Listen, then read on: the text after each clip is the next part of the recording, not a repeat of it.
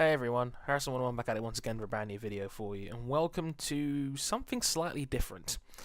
I know a lot of you guys seem to like my 5 thoughts on series that I've done in recent weeks on this channel, and because everybody has the same format of doing race reviews, I thought I would move my 5 thoughts format to cover race reviews instead of race previews, and I might still do more 5 thoughts episodes on other Formula 1 news related stuff now and again if something comes up that's worth talking about, like the 2014 draft calendar which came up recently.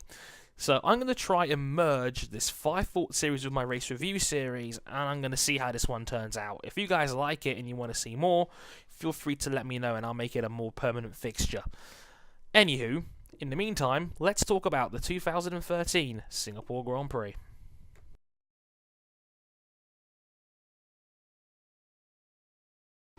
Yeah, I know, familiar story here up front, but this was arguably the most dominant performance I've ever seen from Sebastian Vettel. This was insane. He had what is commonly referred to as the very rare Grand Slam, the pole position, the race win, the fastest lap, and he led every single racing lap, all 61 of them, winning the race by 32 seconds, nearly twice as much as any other winning margin we've seen so far this season. He was practically perfect. Didn't get off to the best of starts. Nico Rosberg challenged early on from the start, had the run into turn 1, but Rosberg overshot the apex, went off the track. Vettel was able to get him back, and after that he was gone. The scary thing is that after the safety car, which I'll talk about later on in the video, he was even faster. I know some of the other guys behind him had differing strategies and whatnot, but the fact he was doing 150s, everybody else was doing 52s, it's simply unheard of. It's more than just the car, because Webber was 30 plus seconds back in the end. It's more than just that. He's got everything hooked up. He loves Singapore, and it was Schumacher-like dominance. There's no other way of describing it. It was unlike anything I've ever seen. When it comes just to raw pace, that might be the best Sebastian Vettel performance ever. That was complete dominance. I think that's his 3rd Grand Slam. I think the other 2 was India 2011, and I think Japan 2012 was the other one. But just incredible performance from Sebastian Vettel today. More than deserved the win. Yeah, it may not have been the most exciting thing up front, but further down there was some much more exciting stuff, which I'll get to in a minute. But as I said, dominant performance by the reigning champion.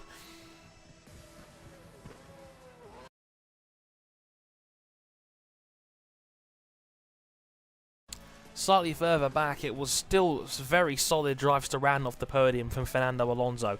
His 3rd straight 2nd place. A lot of people were saying that Hamilton may be the one to watch in terms of challenging Vettel, but Fernando Alonso once again is proving why he is one of the most consistent and complete drivers in Formula 1 today. He had an incredible start. I know he only qualified in 6th place, but he came through the outside towards turn 1, swept through both Mercedes, and ended up in 3rd place. Well, split the Mercedes, I should say, but he came out in 3rd place ahead of Webber and other guys in front of Grosjean as well. Alonso had a lightning start and never really looked back. He went into the pits when the safety car came out around the middle of the race, and he was very conservative, yet still definitely the fastest of the rest of the pack.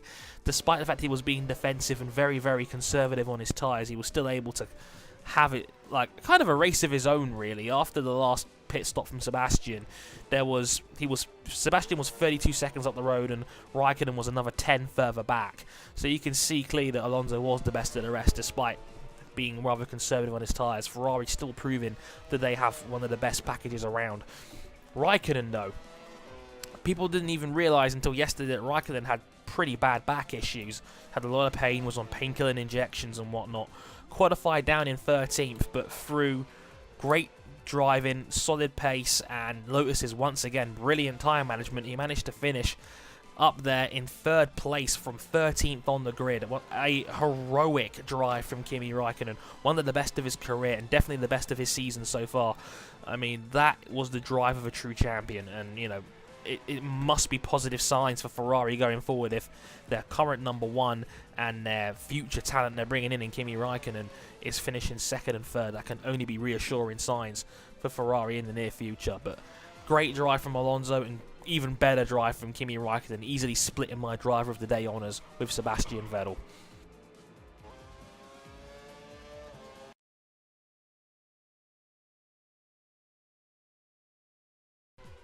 See, guys, just because Vettel led up front doesn't necessarily mean the race was boring. They had some great moments there. When Daniel Ricciardo hit the wall, causing a safety car, I think it was at 20, I think it was at 25 or 26, not 100% sure on that. But when he did, it split the field up in terms of strategy. What happened was, despite Vettel losing his 10.5-second lead because he was matching Rosberg strategy-wise, but was just so much quicker.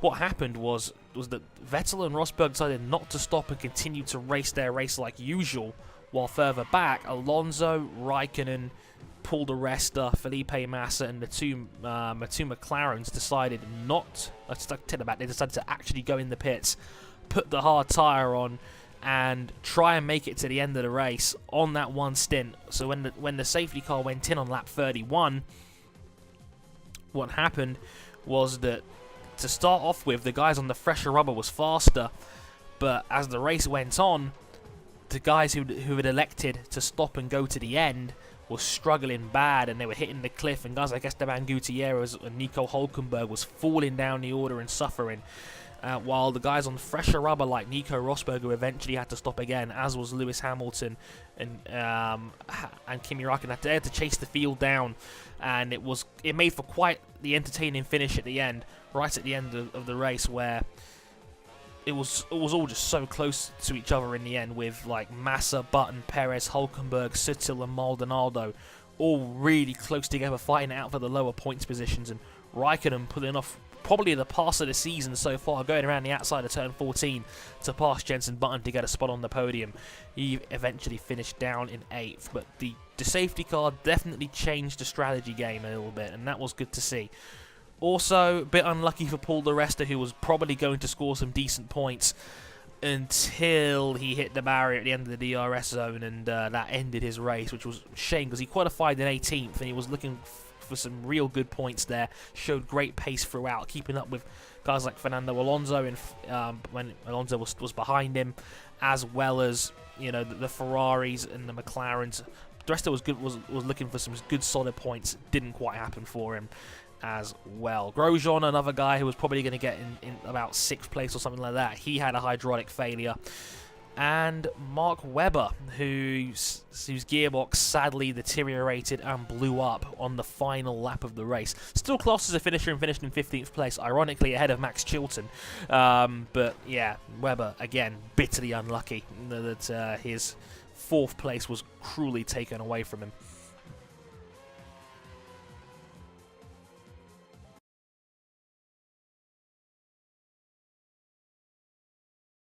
Speaking of which, things got even worse for Mark Webber after the race even ended. Webber was done on the final lap. Noticed Fernando Alonso had just finished the race, obviously in 2nd place. And Alonso, very sportingly and very classy, in agreeing to let Webber ride the side of his car back to the pits and hitching a free lift. Something that's been, I think, a very cool, very gentlemanly gesture and tradition of Formula 1 over the years. However, both guys got a reprimand for doing that. The FIA weren't particularly keen on Webber hitching a ride on Alonso's car. Apparently Webber had to get back on the track to do it, and apparently other cars were swerving out of the way, blah blah blah. As a result, Alonso and Webber were reprimanded. However, there's a rule in the FIA that says that if a driver gets 3 reprimands in a season, he has to suffer a 10-place grid penalty. And unfortunately, that was Mark's 3rd reprimand of the season. Therefore, it automatically triggered a 10-place grid drop. So for the Korean Grand Prix in a fortnight's time, Mark Webber will be starting from, at best, 11th place. And I can tell from Martin Brundle's Twitter page that Webber was absolutely furious. And I don't blame him. It was utter bullshit. I mean, it's been a tradition in our sport for years and years. We know it happens. It's a very nice thing to do. These guys know what they're doing. Let's give them the benefit of the doubt and just, appreciate the sporting nature of it all, I think. Another really bad steward's call, in my opinion, was definitely the Hulkenberg incident, where Perez had tried to pass Hulkenberg. He failed, but in doing so, Hulkenberg was forced off the track limits. It was down into turn 5 at the end of the second DRS zone, and Hulkenberg had to give Perez the place, which was absolute nonsense, considering that Perez had never passed Hulkenberg in the process. Hulkenberg did not get an advantage by going off track. It was absolute nonsense. There was no reason for it at all. Hulkenberg had to give Perez a place he never even earned, and that was just a really, really bad steward's call, in my opinion. There was no need for that at all. It was utter BS, and you know, these stewards are starting to make some really questionable decisions in this sport at the moment, which has me worried for the future, but I'll save that for another video. Webber and Hulkenberg both really unlucky today.